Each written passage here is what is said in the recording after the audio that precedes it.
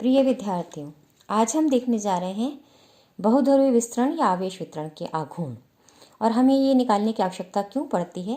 क्योंकि जब हम पदार्थों का अध्ययन करते हैं, उसकी विद्युत प्रकृतियों का अध्ययन करना चाहते हैं, तो उसके पदार्थ के अंदर किस प्रकार का आवेश वितरण है, उसके आधार पर हम उसके विद्युत प्रभावों की व्याख्या करते हैं कि वो आवेश वितरण एक पॉइंट चार्ज की तरह माना जा सकता है, एक द्विध्रुव की तरह माना जा सकता है, या मल्टीपोल की तरह माना जा सकता है। उस आधार पर हम व्याख्या करते हैं कि किस प्रकार से पदार्थ की विद्युत प्रकृति होगी, किस प्रकार से वो विद्युत प्रभाव दर्शाएगा। तो यहाँ पर हमने उसको समझने के लिए क्या किया है, ये एक आवेश वितरण ले लिया है। उस आवेश वितरण के को हमने क्या किया, छोटे छोटे अल्पांशों में बांटा है। तो एक लघु आवेश वितरण की हमने यहाँ कल्पना की है बिंदु ए पर, और इस बिंदु ए का जो स्थिति सदिश है कार्टेशियन कोऑर्डिनेट सिस्टम में वो है r0, और बिंदु p पर हम इस आवेश वितरण के कारण क्या निकालना चाहते हैं, पोटेंशियल निकालना चाहते हैं। तो पोटेंशियल निकालने के लिए हमने मान लिया कि ये इस लघु आवेश वितरण से इस बिंदु की दूरी स्मॉल r है, और जो कोऑर्डिनेट एक्सिस का ओरिजिन है उससे इसकी दूरी क्या है, कैपिटल R है। और ये जो लघु आवेश वितरण है जेड अक्ष से कितना कोण बना रहा है, थीटा कोण बना रहा है। और चूंकि संपूर्ण आवेश वितरण का जो आवेश घनत्व है वो रो है, इसलिए इस लघु आवेश वितरण का जो आयतन हमने माना है वो डी टॉ है। इसलिए इस पर जो आवेश हो जाएगा वो हो जाएगा D Q is equal to rho डीटा। क्यों? क्योंकि रो आवेश घनत्व क्या होता है, आवेश बटे आयतन। तो आवेश को निकालने के लिए हम आयतन से रो को गुणा कर रहे हैं। तो अब इस लघु आवेश के कारण हम इस बिंदु पर आवेश विभव निकालेंगे। तो विभव की हम डेफिनेशन जानते हैं, के क्यू अपॉन आर। तो के क्यू हमने किससे रिप्लेस कर दिया है, डी क्यू से, जहाँ के का मान क्या है, 1/4 एप्सिलॉन, जहाँ एप्सिलॉन क्या कहलाता है, माध्यम की विद्युतशीलता। अब यहाँ पर हमने निकाला है इस लघु आवेश वितरण के कारण पोटेंशियल बिंदु P पर। और अगर मैं संपूर्ण आवेश वितरण के लिए निकालना चाहती हूँ तो जो भी लघु आवेश वितरण मैं यहाँ मान सकती हूँ उन सब के अलावा क्या करूँगी, समाकलन करूँगी। तो इस समाकलन को हमने कर दिया है। तो dv का मान v हो गया, के कांस्टेंट है इसलिए बाहर आ गया, डी क्यू अपॉन आर। या हम ध्यान रखेंगे, और डी क्यू ये यहाँ पर डी क्यू से रिप्लेस को हमने किससे रिप्लेस किया है, रो डीटा से रिप्लेस किया है।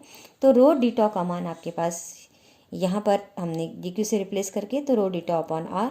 यहाँ ध्यान रहे कि जो इंटीग्रेशन है वो समाकलन जो किया जा रहा है वो आयतन समाकलन है, इसलिए हमने यहाँ टॉ डिनोशन यानी आयतन का जो डिनोट चिन्ह है वो हमने यहाँ पे लगाया है। अब हम देखते हैं ज्योमेट्री से कि अब जो r का मान है वो निकालना चाहूँगी मैं कैपिटल R में, r0 में और थीटा की टर्म्स में। तो इसके लिए पुनः मैं इस ज्योमेट्री को देखती हूँ, और मैंने क्या किया कि बिंदु A से इस पी ओ रेखा पर B लंब डाल दिया है। और लंब डालने पर ये जो ट्राइंगल मेरे पास OAP था ये दो भागों में बट गया। एक तो ट्राइंगल बन गया OAB और दूसरा ट्राइंगल बन गया PBA। अब मैं ट्राइंगल OAB को देखती हूँ, तो इसमें AB रेखा लंब है, OB रेखा आधार है और OA कर्ण है। तो हम ये अच्छे से जानते हैं, लंब बटे कर्ण होता है साइन थीटा और आधार बटे कर्ण होता है कॉस थीटा। तो उसको यूज़ करते हैं हम। तो लंब बटे कर्ण यानी AB upon R0 sine theta होने से AB का मान मिल जाता है R0 साइन थीटा, और OB का मान आधार बटे कर्ण होता है कॉस थीटा, इसलिए OB का मान हो जाएगा कर्ण इंटू कॉस थीटा। तो OB का मान हो गया R0 कॉस थीटा के बराबर। अब ये समकोण त्रिभुज है मेरे पास PABB। अब PAB में मुझे मान किसका चाहिए, R का चाहिए।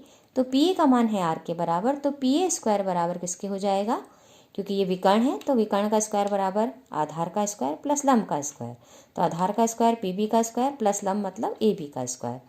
तो अब PB का मान चूँकि मुझे OB पता है तो PB का मान मेरे पास हो जाएगा OP माइनस OB। तो OP का मान आपके पास कैपिटल R, OB का मान मैंने अभी अभी निकाला R0 कॉस थीटा, तो R minus R0 cos theta का होल स्क्वायर हो गया। और AB का मान मुझे पता है R0 साइन थीटा, तो R0 स्क्वायर किया तो R0 square sine square theta हो गया।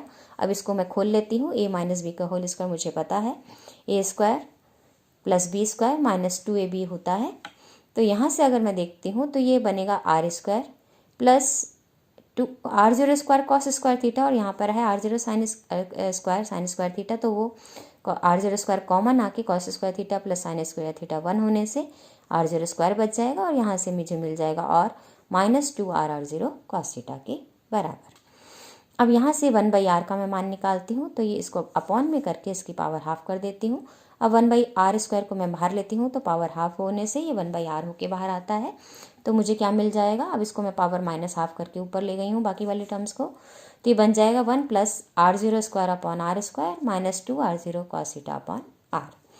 अब चूँकि r0 का मान कैपिटल R की अपेक्षा बहुत कम है, क्योंकि r0 तो उसी पदार्थ के अंदर है, जबकि r क्या है, दूरी पदार्थ के बाहर जो हमने बिंदु लिया है उसकी दूरी है। तो स्वाभाविक है कि r0 का मान r से, कैपिटल R से बहुत कम होगा। तो small r0 upon capital R का मान 1 से बहुत कम होने से, तो ये जो स्मॉल ब्रैकेट वाली टर्म है इसका मैं द्विपद प्रमेय से विस्तार कर सकती हूँ। और द्विपद प्रमेय से विस्तार करूँगी तो मुझे क्या मिल जाएगा कि 1/r is equal to 1 small r is equal to 1 capital R। अब द्विपद प्रमेय से विस्तार करते हैं तो 1 - nx और plus nn-1 upon factorial 2 into x² होता है, और प्लस ऑन आगे वाली टर्म आती हैं। तो यहाँ पर 1 - हाफ हो जाएगा, पावर हाफ है इसलिए माइनस की, r0² upon r² -2 r0 cos theta upon r, यानी ये x है, ये x एज इट इज़ मैंने रख दिया है। अब हाफ और हाफ -1, तो हाफ का मान -हाफ है और -1 करेंगे 3/2 बन जाएगा। तो 3/हाफ और -हाफ -1 है 3/2, तो 3/2 और 3/, आपके पास हाफ 1/4 और 1/2 हमारे पास आता ही है, 1/2 होता है। इसलिए आपके पास, क्योंकि हम लिखते हैं nn-1 अपॉन फैक्टोरियल 2 और फैक्टोरियल 2 का मान 2 होता है, तो वहाँ से 2 और आ गया तो ये 8 बन गया। तो 3/8 x² का मतलब r0² upon r² -2 r0 cos theta upon r का होल स्क्वायर और हायर ऑर्डर टर्म्स। अब यहाँ पर हम क्या करते हैं कि इसको रीअरेंज कर देते हैं, किसके टर्म्स में, r की बढ़ती हुई घातों के टर्म्स में। तो इसको मैं अंदर ले रही हूँ 1/r को, तो 1/r फर्स्ट टर्म 1/r की एज इट इज़ आ गई। अब r² वाली टर्म लूँ तो यहाँ मैं देख रही हूँ ये r³ बन जाएगा, r² टर्म मेरे पास इससे आएगी।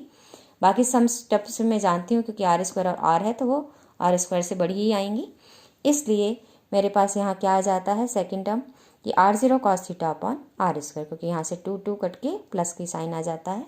अब हम r³ वाली टर्म लिखते हैं, तो r³ वाली टर्म मेरे पास आएगी एक तो यहाँ से कि r0² अपॉन r³ बन जाएगा हाफ लेके माइनस का, तो यहाँ पे हमने इसको बाहर रखा है तो -1 रखा है। और दूसरी टर्म मुझे r³ की मिलेगी यहाँ से, जो इन दोनों की मेरे पास जोड़ के आएगी। यहाँ r² वाली जो टर्म है वो r³ की 1/r से गुणा हो रहा है, तो r² वाली जो टर्म है वो r³ की टर्म्स में आएगी। तो इसका जो इस होल स्क्वायर करूँगी तो r0² upon capital R4 -2 r0³ cos theta upon r³, और अगली टर्म आएगी या मेरे पास +4 r0² cos² theta upon capital R²। तो यहाँ से r लूँगी तो r³ बन जाएगा। तो यहाँ पे 4 है, यहाँ पे 8 है, तो ये 3/2 बन जाएगा। तो यहाँ से मेरे पास आ जाता है कि r0² upon r³ 3 cos² theta -1 upon 2, यानी एक टर्म मैंने यहाँ से ली है और एक टर्म r³ की मेरे पास यहाँ है। अब इस 1/r को मैं रख देती हूँ मेरे पोटेंशियल वाले फार्मूले में, कि पोटेंशियल मेरा फार्मूला क्या था कि आपके पास k रो डीटा अपॉन r था, तो रो डीटा अपॉन स्मॉल r की जगह 1 अपॉन स्मॉल r की जगह हम ये सारा डिस्ट्रीब्यूशन रख देते हैं, और रखते हैं तो मुझे क्या मिल जाएगी टर्म्स में कि आपके पास हो जाएगा पहली टर्म, इसको और सेपरेट भी कर देते हैं, तो पहली टर्म बन जाएगी k बाहर ले लिया है मैंने, तो पहली टर्म हो जाएगी रो डीटा अपॉन r। दूसरी टर्म हो जाएगी आपके पास इंटीग्रेशन की 1 अपॉन यहाँ से r², चूँकि मैंने बाहर ले लिया है तो यहाँ मैं 2 बार r² नहीं लिखूँगी, तो इसको मैं यहाँ से ये हटा देती हूँ। तो यहाँ पर आपके पास ये बन जाएगी 1 upon r², r0 cos theta और रो डीटा चल रहा था तो रो डीटा, और तीसरा इंटीग्रेशन 1 अपॉन r³ रो, यहाँ से 3 cos² थीटा -1 अपॉन 2 r0² डीटा। और इसको मैं कैसे लिख सकती हूँ कि इसको मैंने मान लिया है p0, यानी इंटीग्रेशन रो डीटा p0 है, और आपके पास इंटीग्रेशन रो r0 cos थीटा डीटा क्या है p1 है, और रो 3 cos² थीटा -1 अपॉन 2 r0² डीटा क्या है p2 है। तो यानी 3 हायर ऑर्डर टर्म्स भी इसमें और आ जाएंगी। तो मेरे पास फॉर्मूला क्या बन जाता है पॉइंट P पे पोटेंशियल का, kp0 upon r plus kp1 upon r² plus kp2 upon r³ plus आगे r4 और r5, इसी तरह हायर ऑर्डर टर्म्स आती जाएंगी। तो यानी v1 plus v2 plus v3 में पोटेंशियल को लिख सकती हूँ। अब हम समझते हैं कि ये p0 क्या है, p1 क्या है, p2 क्या है और हायर ऑर्डर टर्म्स क्या चीज़ है। तो p0 में देखती हूँ मेरे पास क्या है, रो डीटा है, और रो डीटा का मतलब आवेश घनत्व का आवेश के साथ समाकलन, यानी वो मुझे आयतन के साथ समाकलन। तो आवेश घनत्व होता है आवेश बटा आयतन, और इंटू आयतन, इसका मतलब मुझे ये क्या देगा, total charge of the distribution देगा, यानी आवेश देगा, आवेश का मान देगा। और अगर निकाय उदासीन हो तो हम जानते हैं निकाय में जितने धन आवेश होते हैं उतने ही ऋण आवेश होते हैं, इसलिए निकाय के लिए जो आवेश का मान है वो शून्य हो जाता है, इसलिए P0 का मान क्या होगा, शून्य होगा। और अगर आपके पास एकदा आयनित निकाय है या अणु है तो उसके लिए चूंकि उसमें एक ही आवेश स्थित होगा तो इसलिए उसके आवेश का मान E होने से P0 का मान क्या हो जाएगा, E हो जाएगा। तो इसलिए किसी भी बिंदु पर उसके कारण जो विभव आएगा वो हो जाएगा Kp0/r, या फिर मैं इसको लिख सकती हूँ P0/4πε/r, या P0 का मान चूंकि आवेश के बराबर है इसलिए इसको मैं लिख सकती हूँ Q/4πε/r के बराबर। और ये मैं जानती हूँ कि ये फॉर्मूला हम पहले अध्ययन कर चुके हैं, और ये किसी भी पॉइंट चार्ज के कारण किसी बिंदु पर पोटेंशियल का मान होता है। इसलिए और ये ध्यान रखना है कि दूरी जैसे जैसे बढ़ती है तो हम ये देख रहे हैं कि ये 1/r टर्म है, यहाँ पे 1/r² है, तो दूरी बढ़ने के साथ ये हायर ऑर्डर टर्म तेजी से घट जाती हैं, इसलिए केवल पहला ही पद प्रभावी होता है जो कि किसके कारण आता है, P0 के कारण आता है। और P0 चूंकि एकल आवेश के कारण हमारे पास विद्युत विभव का मान आया है इसके कारण, तो इसलिए हम इसको क्या कहते हैं, एकल ध्रुव कहते हैं, एकल ध्रुव आघूर्ण कहते हैं। और तो P0 को हम नाम क्या देते हैं, एकल ध्रुव आघूर्ण, यानी मोनोपोल मूवमेंट हम इसको कहते हैं। ये पॉजिटिव चार्ज भी हो सकता है, ये नेगेटिव चार्ज भी हो सकता है। अब दूसरी स्थिति हम लेते हैं जब हमें P1 का मान क्या मिलता है, ρr0 cos theta d term. और अगर निकाय उदासीन है तो स्वाभाविक है P0 0 हो जाएगा, तो उस स्थिति में ये P1 प्रभावी हो जाएगा। और r0 cos थीटा मैंने ज्योमेट्री से देखा है शुरू में कि r0 cos थीटा इसका z कंपोनेंट के रूप में लिखा जा सकता है, तो इसलिए आपके पास P1 को मैं लिख सकती हूँ ρz d टर्म। और अब रो d टर्म एक तरह से आवेश है, तो आवेश और आवेशों के मध्य जो दूरी है वो क्या कहलाता है, Q × d, जो हम पहले देख चुके हैं वो क्या कहलाता है, द्विध्रुव आघूर्ण कहलाता है। इसलिए ये जो टर्म है P1 जो कि उसी तरह आ रही है, इसलिए हम इसको कह सकते हैं कि ये P1 किसको व्यक्त कर रहा है, द्विध्रुव आघूर्ण को व्यक्त कर रहा है। तो इसका मतलब जो पद V2 है जो इस P1 के कारण आ रहा है वो किसको व्यक्त करेगा, द्विध्रुव के आघूर्ण के कारण किसी भी बिंदु पर उत्पन्न विभव को निरूपित करेगा। अब हम चलते हैं तीसरी टर्म की ओर, और तीसरी टर्म है मेरी P2, और P2 को मैंने लिखा है ρ/2 3 cos² थीटा -1 r0²। अब मैं r0² को अंदर ले लेती हूँ तो ये बन जाएगा ρ/2 3 r0² cos² theta -r0² d term. अब यहाँ क्योंकि इंटीग्रेशन d टर्म के साथ कर रहे हैं, वॉल्यूम इंटीग्रेशन हम कर रहे हैं, तो अब यहाँ पे r0 cos थीटा पुनः हम जानते हैं कि z कंपोनेंट है, तो z0² माइनस ये बन जाएगा 3z0² माइनस r0²। और इसको नाम दिया जाता है चतुर्ध्रुव आघूर्ण, क्वाड्रपोल मूवमेंट। अब क्वाड्रपोल मूवमेंट का मतलब यहाँ से अगर मैं देखूँ कि ये क्या व्यक्त कर रहा है, तो अगर मैं देखूँ तो अगर किसी भी वितरण में अगर स्फेरिकल सिमेट्री होती है तो किसी भी स्फीयर के त्रिज्या का मान x² + y² + cos² + z² के रूप में हम लिख सकते हैं।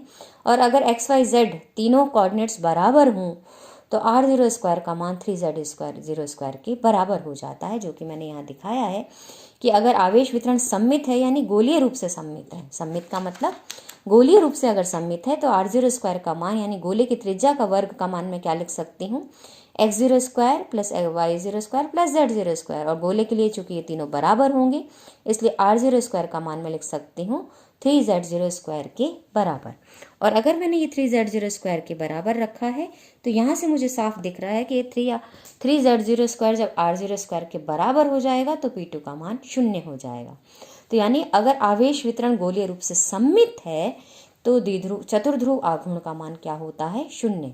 जहाँ P2 क्या है, चतुर्ध्रुव आघूर्ण। तो आवेश वितरण गोलीय रूप से सममित होने पर चतुर्ध्रुव आघूर्ण का मान 0 होता है। अब इस चतुर्ध्रुव को हमने यहाँ जैसे दिखाया है कि ये माइनस ही, ये प्लस ही, ये माइनस ही, प्लस, यानी 4 आवेशों का समूह है जिसमें 2 तो पॉजिटिव चार्ज हैं और 2 नेगेटिव चार्ज हैं। अब मान लो आवेश वितरण क्या है, जेड दिशा में फैला हुआ है जैसा कि हमने यहाँ दिखाया है, यानी कि किस तरह का है, दीर्घाक्ष संरचना है, प्रोलेट ये डिस्ट्रीब्यूशन है। और अगर ये प्रोलेट डिस्ट्रीब्यूशन हो जाए पदार्थ का, आवेश वितरण कैसा हो जाए, प्रोलेट रूप से डिस्ट्रीब्यूट हो जाए, यानी जेड एक्सिस पे फैल जाए, तो 3z0² का मान r0² से ज़्यादा होगा, और ज़्यादा होगा तो चतुर्ध्रुव आघूर्ण क्या आएगा? पॉजिटिव।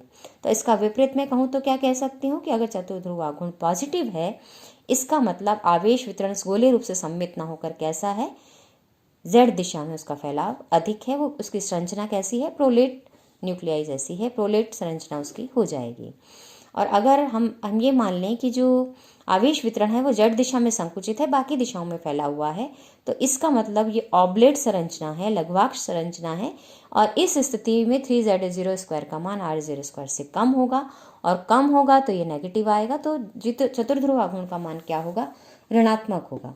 तो इसलिए मैं ये कह सकती हूँ कि अगर आपके पास चतुर्ध्रुव आघूर्ण ऋणात्मक है, <0 है, तो जो वितरण है, आवेश वितरण, वो कैसा है?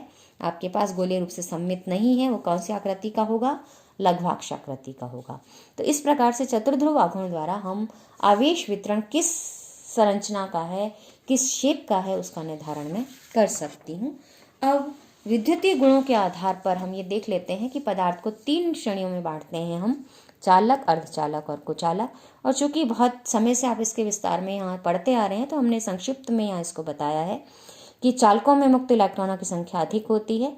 अर्धचालकों में ये सामान्य ताप पर नगण्य होते हैं मुक्त इलेक्ट्रॉन, लेकिन ताप वृद्धि से अर्धचालकों में मुक्त इलेक्ट्रॉनों की संख्या बढ़ने से चालकता भी बढ़ती है, धारा भी बढ़ती है। और कुचालकों में ये मुक्त इलेक्ट्रॉनों की संख्या 0 होती है, और उच्च तापों पर भी ये संख्या नगण्य ही रहती है। अब चालकता की बात करूं तो चालकों की चालकता अधिक होती है, 10⁸ मोहस पर मीटर होती है। अर्धचालकों की कम होती है और ताप बढ़ाने से बढ़ती है, 10⁻⁻1 से 10⁻2 मोहस पर मीटर की होती है। कुचालकों की बहुत कम होती है, 10⁻16 मोहस पर मीटर की होती है। प्रतिरोध का ताप गुणांक, यानी ताप बढ़ाने पर इसकी प्रतिरोध पर क्या असर होता है? तो ताप बढ़ाने पर चालकों का प्रतिरोध बढ़ता है, इसलिए इसकी जो प्रतिरोध ताप गुणांक कैसा है? चालकों का धनात्मक है। अर्धचालकों का ताप बढ़ाने पर प्रतिरोध कम हो जाता है, चालकता बढ़ती है, इसका ऋणात्मक होता है। अब बैंड अंतराल की मैं बात करूं तो बैंड संरचना में हमने देखा था कि कैसे बनती है, कि वैसे तो एटम्स में हम बात करते हैं कि एटम्स में जो इलेक्ट्रॉन है वो इलेक्ट्रॉनिक शेल्स में डिस्ट्रीब्यूटेड होते हैं, लेकिन जब पदार्थ के निर्माण होता है तो जब अणु पास पास आते हैं, परमाणु, तो उनके मध्य अनुन्य क्रिया होने से जो एक शेल है वो बहुत सारे शेल्स में बढ़ता है, तो वो एक बैंड का रूप ले लेता है। और एक सामान्य दूरी पर, जैसे हम कहते हैं कि हम परमाणु को उससे अधिक और पास नहीं ला सकते, तो उस सामान्य दूरी पर जो संयोजकता बैंड है, जो संयोजी स्तर है, वो संयोजकता बैंड में बदल जाता है, और उसके ऊपर का जो खाली बैंड है वो चालन बैंड कहलाता है। और चालन बैंड और संयोजी बैंड के मध्य जो अंतराल होता है वो बैंड अंतराल होता है, और उस बैंड अंतराल के आधार पर हम बताते हैं कि पदार्थ चालक होगा, कुचालक होगा या अर्धचालक होगा। अगर बैंड अंतराल 0 है, बैंड अंतराल किस किस के मध्य? चालन बैंड और संयोजी बैंड के मध्य। क्यों? क्योंकि चालकों में चालन बैंड और संयोजी बैंड एक दूसरे के ऊपर ओवरलैप होते हैं, इसलिए बैंड अंतराल क्या होता है? 0 होता है। अर्धचालकों में ये अल्प होता है और इसका मान 1 eV के आसपास होता है, और ताप देने से इसको हम कवर भी कर सकते हैं। और अगर हम कुचालकों की बात करें तो ये बहुत अधिक होता है, और सामान्यतः इन्हें ताप देकर चालक नहीं बनाया जा सकता। तो अर्धचालकों को हम ताप बढ़ाकर या फिर अशुद्धि मिलाकर अर्धचालक बना सकते हैं। तो 2 प्रकार के अर्धचालकों का हम बात करते हैं, नैज अर्धचालक और अपद्रव्य अर्धचालक। और अपद्रव्य अर्धचालकों के आधार पर पूरी इलेक्ट्रॉनिक युक्तियां बनाई जाती हैं, जिसका आप अध्ययन करेंगे अगले साल इलेक्ट्रॉनिक्स के पेपर में। और कुचालक हमने देखा था कि ये जब ऐसे कुछ कुचालक हैं जिनको हम बाह्य प्रबल विद्युत क्षेत्र में रखते हैं, तो इनके आवेशों के मध्य अल्प स्थानीय विस्थापन उत्पन्न हो जाता है, यानी पॉजिटिव का सेंटर नेगेटिव के सेंटर से थोड़ा सा डिस्प्लेस हो जाता है, और डिस्प्लेस होने पर इनमें क्या आ जाती है? विद्युत प्रवृत्ति आ जाती है, द्विध्रुव आघूर्ण उत्पन्न हो जाता है। तो विद्युत प्रवृत्ति आने से किसकी वजह से आई? बाह्य विद्युत क्षेत्र लगाया हमने, उसकी वजह से अगर कुचालकों में विद्युत प्रवृत्ति आती है तो ऐसे कुचालक कहलाते हैं परावैद्युत डाई इलेक्ट्रिक। और इनकी विद्युत प्रकृति को किससे नापा जाता है? परावैद्युतांक से नापा जाता है, डाई इलेक्ट्रिक कांस्टेंट से निकाला जाता है। और अगर हमने बहुत ज़्यादा प्रबल क्षेत्र लगा दिया तो हो सकता है इनमें स्थायी रूप से विकृति आ जाए, और स्थायी रूप से विकृति आने को हम क्या कहते हैं? डाई इलेक्ट्रिक ब्रेकडाउन, परावैद्युत भंजन। तो हम यहाँ ऐसी स्थिति नहीं लाएंगे, तो हम सिंपल बात करेंगे कि जब हमने बाह्य विद्युत क्षेत्र लगाया है और उसकी वजह से विद्युत प्रभाव इनमें उत्पन्न हो गए हैं कुचालकों में, यानी ये पदार्थ कैसे हैं, परावैद्युत पदार्थ हैं। तो हम जब पदार्थों में विद्युत क्षेत्र का अध्ययन करेंगे तो हम किस प्रकार के पदार्थों में विद्युत क्षेत्र का अध्ययन करेंगे, जो आपके पास परावैद्युत पदार्थ हैं उनमें किस प्रकार से विद्युत प्रवृत्तियों की हम बात करते हैं, कौन कौन सी हम डेफिनेशंस देते हैं, उसके लिए क्या क्या हम उसके लिए पैरामीटर्स डिफाइन करते हैं, उसका हम इस अध्याय में अध्ययन करेंगे इसके आगे।